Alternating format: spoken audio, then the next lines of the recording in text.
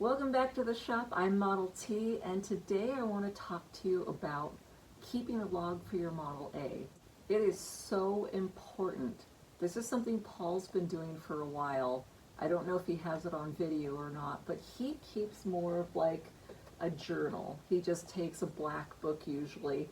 I just have one just to give you an example, but something that's plain and simple, just has, normal lined pages. So that's the way he likes to do it. He basically writes down things that he does to the Model A, but I'm going to keep more of like a date book for mine. This is Rhodey's first logbook that I'm aware of. Didn't come with one, so I can only imagine that it wasn't made or it just didn't come with the car. But that's what I want to talk to you about today. It is so important, especially if these cars are going to go to the younger generations. We need to put in information of what's been done to this car, whether it had an engine swap or new fenders put on, when the oil was changed, when all the fluids were changed, when it was greased, all kinds of things. There's so much information that can go into the log books so that later on a new owner knows exactly what's been done and what may need to be done still.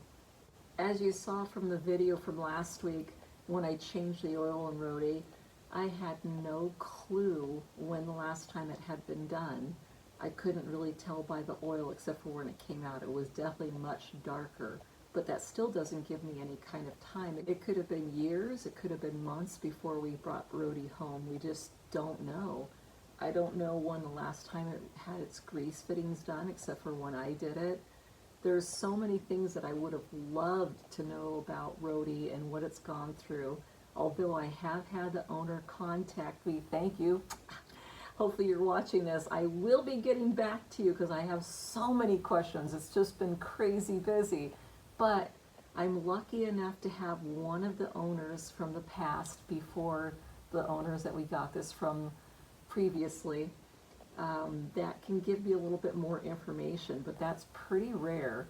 So it would be so nice to be able to buy a Model A, look into a logbook and know what's been done to that and where you can go to from there, and then continue it so that from generations to come, they'll know exactly what's been going on and how to completely care for this vehicle, see how often things were maintained and all that stuff. Let's go to the desk and I'll show you more. This is a really simple way. This is just a typical journal, and you would just write down, the date I started to write it. We'll say it's the 20th, 2024, changed oil and oil filter. And you can also, I'll put a little asterisk just to kind of remind me, you can put plus, add a date, and miles on filter. Just to give a little reminder, or at least let somebody know who's taking over the vehicle, that if they look at the filter, they can see the date and the mileage that was on the filter, so they know how long it's been on there and how many miles the car has gone since the filter was last changed. And I think what Paul usually does is he'll skip a line, put the new date, put what he did, whether he rebuilt the distributor and put it on the vehicle and all the different little notes to that. When he got gas, he'll put another notation in what mileage that the car was at and estimate about the mileage per gallon that he's getting. So that's a really simple way of doing it if you're, not wanting to look into dates, but I like dates. So this one I got at Walmart. It has 2024 through 25, so that's going to be awesome. I put which vehicle it's for. It's for Rhodey.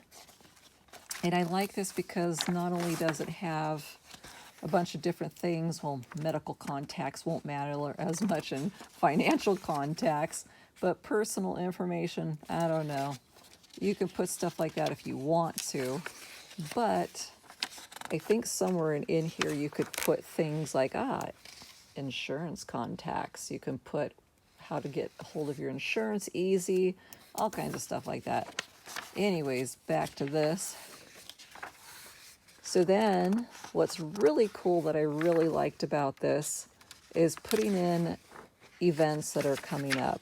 So when we go to Model A days, put it in there. All the different places we're going, when we go to Tennessee this year and all the different stuff, I can put it in here, easy reference. Then you start putting in the different stuff. We're in February. So today, the 20th. See, I changed oil.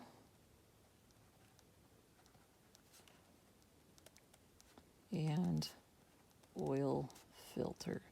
If I really want to get fancy, I could check off this box here and just put date and mileage for oil change is on new filter. So that'll give a person to say, oh, what's this little note up here? Oh, when they change the oil, they put the stuff on the oil filter. Very cool.